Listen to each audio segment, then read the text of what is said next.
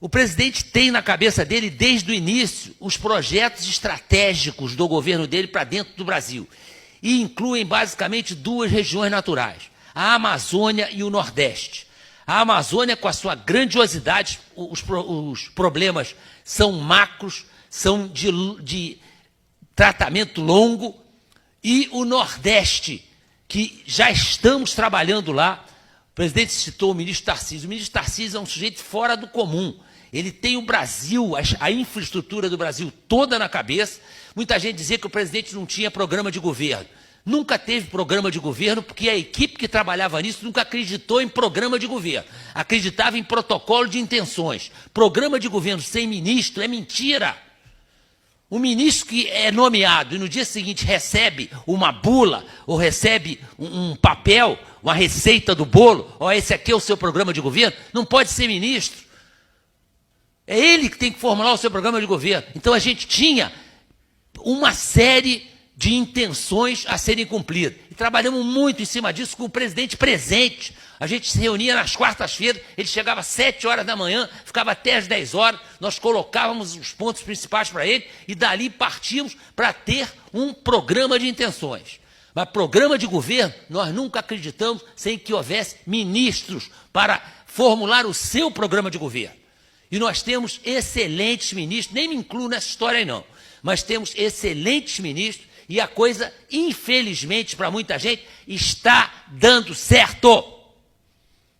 Acreditem que está dando certo, com toda a campanha da imprensa, não sei o quê.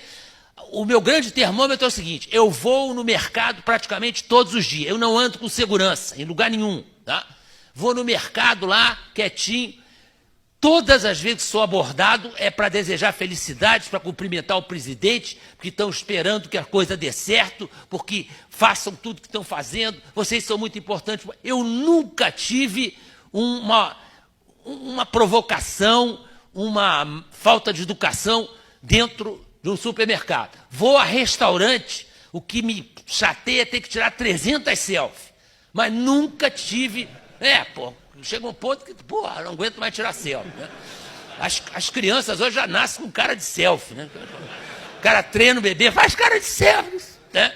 Então, eu vou em restaurante, eu às vezes nem almoço. A minha esposa fica pau da vida. Você não para, não sei o quê. Mas não dá para ficar dando bandeira nas pessoas. Então, nunca aconteceu, como acontece com um monte aí de próceres do Brasil, que são expulsos de restaurante, nunca viajei de avião da FAB, só viajo de avião comercial, entro, saio, nunca me aconteceu nada, nunca tomei vai em avião, pelo contrário, o comandante vem falar comigo. Então, isso aí é o grande termômetro do governo Bolsonaro. O dia que a gente for no lugar e começar a panaca, vocês não vão fazer nada não sei o quê, aí a gente começa a botar as barbas de molho. E para finalizar, sobre as políticas estratégicas, o Nordeste é a grande prioridade do governo. O presidente sabe que é o Nordeste que pode mudar o Brasil. As outras regiões têm um plano Nordeste, e é o Nordeste que pode mudar o país. Porque o Nordeste tem um potencial estúpido, principalmente turismo, principalmente a parte de agronegócio. O Nordeste está estourando. Então, o Nordeste, no momento que tiver água para todo mundo, tem que acabar com aquela história de ter o velhinho com o cabritinho morrendo, que não tem água porque tem seca. O presidente vai acabar com essa imagem. Essa imagem tem que sumir da história do Nordeste. Ele sabe disso. A Amazônia é muito mais complicada, mas ele já está anunciando medidas. E outra coisa, a Amazônia só vai mudar o dia que a vida dos povos da floresta, que é uma figura romântica, mudar, senão não vai mudar. E, finalmente, uma coisa que o presidente falou rapidamente, e tem sido uma das jogadas mais inteligentes dele, é a política externa. A política externa dos últimos governos foi desastrosa. O Brasil andou dando dinheiro para quem interessava ideologicamente agradar.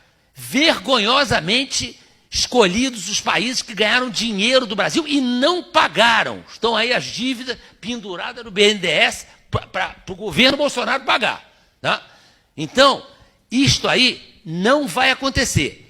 E, com muita felicidade, o presidente escolheu. A viagem mais longa dele aconteceu agora. Aonde? Em 2 pontos que eu considero dois dos três pontos nós da estratégia no mundo. O leste da Ásia, não só pela densidade populacional, mas pelo poderio bélico dos países que estão envolvidos e pela situação política, dali pega a China, Rússia, Indonésia, Austrália. Então, o presidente foi àquela área, Japão, foi àquela área para mostrar e aproximar o Brasil desses países. Uma política pragmática, que foi a política que o governo Geisel adotou à luz do ministro Saraiva Guerreiro, que todo mundo sabe que era um gênio em política externa. E ele não se furtou em buscar o que estava lá no passado esquecido e adotar uma política externa pragmática. Não tem nada de ideológico. Vamos atrás de quem pode comprar coisa do Brasil, ter uma balança comercial que nos favoreça e que nós possamos enriquecer. Nos interessa enriquecer e distribuir essa renda com a população. E o outro ponto, Oriente Médio. Oriente Médio é um barril de pólvora. Então, esse mundo árabe, que nós temos uma colônia árabe enorme aqui, e começaram a dizer que o presidente queria botar a embaixada em Jerusalém, que queria agradar a Israel. Israel é um país que nos interessa, porque tecnologicamente eles são muito bons. Nós temos que nos aproximar deles também, mas o mundo árabe não pode ser esquecido. E o resultado dessa visita agora ao Oriente Médio foi muito bom. Presidente, desculpa.